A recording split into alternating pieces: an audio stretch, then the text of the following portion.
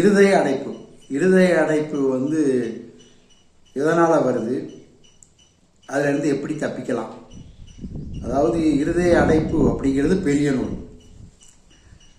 அப்போ பெரிய நோய்கள் எல்லாமே மூளை அடைப்பு, இருதய அடைப்பு, சிறுநீரக தொல்லை, மஞ்சகம், இந்த மாதிரி மஞ்சகம், எந்த பெரிய நோய்களும்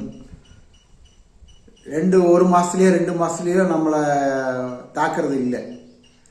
பல ஆண்டுகளாக தேங்கி பல அறிகுறிகளை நமக்கு சொல்லி அதெல்லாம் நம்ம மதிக்காமல் அதெல்லாம் சரி செய்யாமல் நம்ம வாட்டில் போய்கிட்டே இருந்தோம்னா தான் பெரிய நோய் நம்மளை தாக்கும். அப்போது சின்ன தேக்கமாக இருக்கும்போது சின்ன அறிகுறிகளெல்லாம் காட்டிக்கிட்டே இருக்கும். நம்ம அதை மதிக்காமல் உடனே அதை போக்காமல் நம்ம வாழ்க்கையில் போய்கிட்டே இருக்கு. பணம் பணம் பணம் பணம்னு போய்கிட்டே இருக்கும்போது தான் அது பெரிய நோயாகி நம்மளை தாக்குது. இப்போ இருதய அடைப்பு அப்படிங்கிறது இருதயம் இந்த இடத்துல இருக்குது. உடம்புல ரத்தம் ஓடிக்கிட்டு இருக்கு. இந்த ரத்தத்தை பம்ப் பண்ணி அனுப்புறது இருதயம் தான். கழிவு ரத்தம் இருக்குல்ல, முதல்ல ரத்தம் தான் எல்லா வேலையும் செய்யுதுன்னு பார்த்தோம். அந்த கழிவு ரத்தங்கள் இருக்குல்ல, ரத்தம் இப்படி இருதயத்துக்குள்ளே உள்ளே போகுது. இருதயத்துக்குள்ள உள்ளே போகுது கழிவு ரத்தம். உள்ளே போய் பம்ப் பண்ணி இப்படி கீழே இறங்கி நுரையீரலுக்குள்ளே போய் சுத்தமாகி அந்த ரத்தம் சுத்தமாகி மறுபடியும் அடுத்த அறைக்கு போகுது. இதில் 4 அறை இருக்குது. இருதயத்தில் 4 அறை இருக்குது. இதுக்குள்ளேயே மறுபடியும் உள்ளே போகுது, சுத்த ரத்தம் உள்ளே போகுது. போய் பம்ப் பண்ணி வெளியே உடம்பு பூரா போகுது. நம்ம உடம்பு பூரா அந்த இருதயம் தான் பம்ப் பண்ணி ரத்தத்தை அனுப்புது. இப்போ இந்த பக்கமும் அடப்பு வரலாம், இந்த பக்கமும் அடப்பு வரலாம். இந்த பக்கம் அஸ்தரத்தம் உள்ளே போகுது இருதயத்துக்குள்ளே. இது சுத்த ரத்தம் வெளியே வருது. அப்போ இது இங்கிட்டும் அடப்பு வரலாம், இங்கிட்டும் அடப்பு வரலாம். அப்போ இந்த பக்கம் அடப்பு வந்ததுன்னா இந்த பக்கம் பூரா உடையும், இந்த பக்கம் அடப்பு இந்த பக்கம் பூரா உடையும். அப்போ இதுக்கு என்ன செய்யலாம் அப்படின்னா, என்ன சிம்டம்ஸ் காட்டும்? முதல்ல வாயு உத்தேக்கமாகி அடைக்கிற மாதிரி காட்டும். சின்ன சின்ன வாயு தேக்கங்களாக வர்ற மாதிரி இருக்கும். நமக்கு பார்க்க நடந்தால் இழைக்கிற மாதிரி இருக்கும். இதெல்லாம் மார்பக பகுதி இதெல்லாம் உடையிற மாதிரி இருக்கும். இந்த புஜம் பின்பக்கம் எல்லாம் உடையிற மாதிரி இருக்கும். இது இருதய தேக்கத்துக்கான அறிகுறி. முதல்ல ரொம்ப தூரம் நடக்க முடியாத அளவுக்கு காட்டும். உட்கார்ந்துட்டு நடந்தால் சௌரியமாக தெரியும். ஆனால் இது நாளடைவில் கொஞ்ச தூரம் நடந்தாலே அடைக்கிற மாதிரி இருக்கும். உட்கார்ந்தா கொஞ்சம் சௌரியமாக தெரியும். கொஞ்ச தூரம் நடந்தால் கொஞ்சம் நல்லாயிருக்கும். இந்த மாதிரி இருதய அடைப்பு சிம்டம்ஸ் அறிகுறிகள் எல்லாம் இப்படி தான் காட்டும்.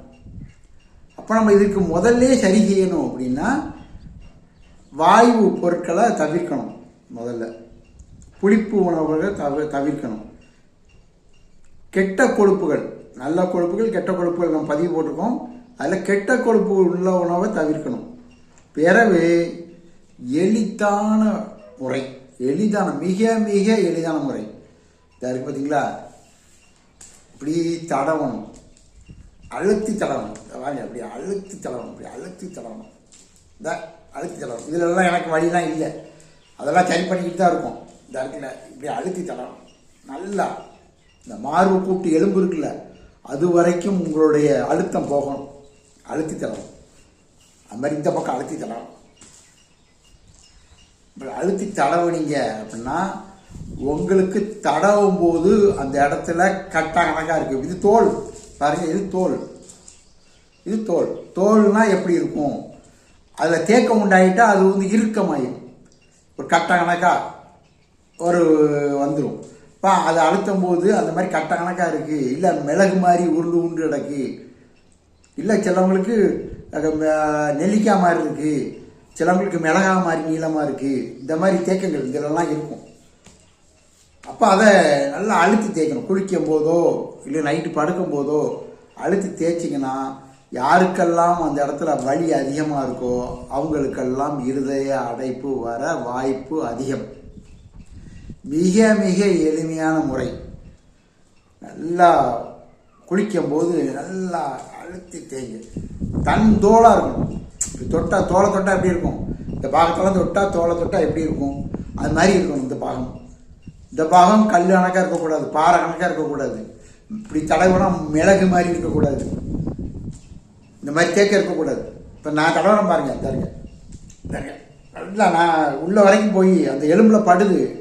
ஆனால் எனக்கு வலி இல்லை, லேசாக ஒரு பெயின் இருக்குள்ள தாங்குற அளவுக்கு, ரொம்ப தாங்குற அளவுக்கு இல்லை, வலியே எனக்கு அவ்வளோ இல்லை. ஏன்னா நான் டெய்லி தடவுறோம், டெய்லி அதுக்கு மசாஜ் பதிவு போட்டிருக்கேன், டெய்லி உடம்ப ஆரோக்கியத்தை பாதுகாக்க டெய்லி மசாஜ் போட்டிருக்கேன்.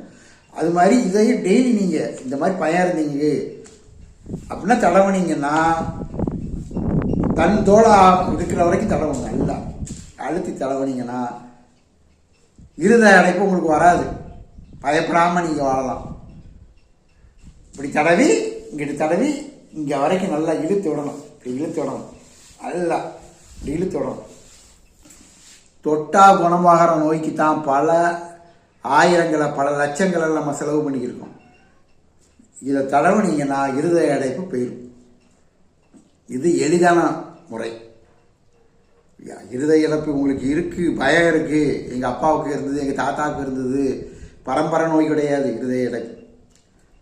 ஆனால் அப்படி வந்துடும் உங்களுக்கு பயம் இருந்ததுன்னா, ஏன்னா எங்கள் அப்பா இருதய இழப்புனா செத்தாங்க, அதனால் எனக்கு பயம் இருந்தது. முன்னால் இதெல்லாம் படிக்கிறதுக்கு முன்னால் நான் பயந்தேன், அப்பாவுக்கு வந்திருக்கு நமக்கு வந்துடும் அப்படின்னு. ஆனால் பரம்பரை நோய் கிடையாது, பயம் தேவையில்லை. இதை தடவினீங்கன்னா எளிமையான முறையில் இருதய அடைப்பிலிருந்து தப்பிச்சிடலாம். அடுத்து இருதய அடைப்பு உங்களுக்கு இருக்குது அப்படின்னா இதை தடவிட்டு வாயு தேங்காத உணவை சாப்பிடுங்க, புளிப்பு இல்லாத உணவை சாப்பிடுங்க, நல்லா உடற்பயிற்சி பண்ணுங்க, கையை அசைங்க, கையை சுத்துங்க, கையை பண்ணுங்க, எல்லாம் பண்ணுங்க, நல்லா தேய்ச்சி விடுங்க. போக இருதய சாந்தி அப்படின்னு ஒன்று யூடியூப்பில் போய் அடிச்சிங்கன்னா வந்துடும். இருதய சாந்தி தயாரிப்பது எப்படி அப்படின்னா, வெள்ளைப்பூடு, இஞ்சி, எலுமிச்சம்பழம், தேன், வினிகர், ஆப்பிள் வினிகர் இதெல்லாம் சேர்த்து போட்டு தயார் பண்ணுறது. நாங்கள் தயார் பண்ணி நிறையா பேருக்கு கொடுத்துருக்கோம். அது கொடுக்கலாம், அது நீங்களே தயார் பண்ணிக்கலாம், தயார் பண்ணி டெய்லி சாப்பிட்லாம். இல்லை எனக்கு முடியாது அப்படின்னா நாங்கள் ஹோமியோபதியில் இந்த இது எல்லாத்தையும் ஹோமியோபதியில் தயார் பண்ணி வச்சுருக்கோம். அதை நீங்கள் ரெகுலராக உணவு முறையில் எடுத்துக்கிட்டே இருந்தீங்கன்னா அந்த வாயு தேக்கம் குறைய ஆரம்பிக்கும்.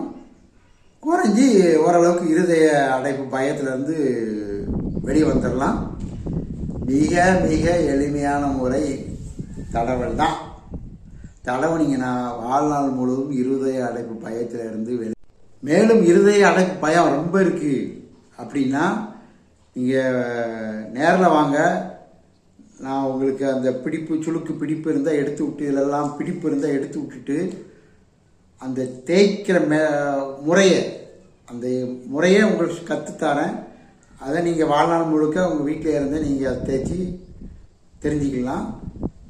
மருந்துகள் வேணும் அப்படின்னா அது ஹோமியோபதி முறையில் நாங்கள் கொடுக்குறோம், அதையும் வாங்கி பயன்பெறலாம். நன்றி, பாப்போம்.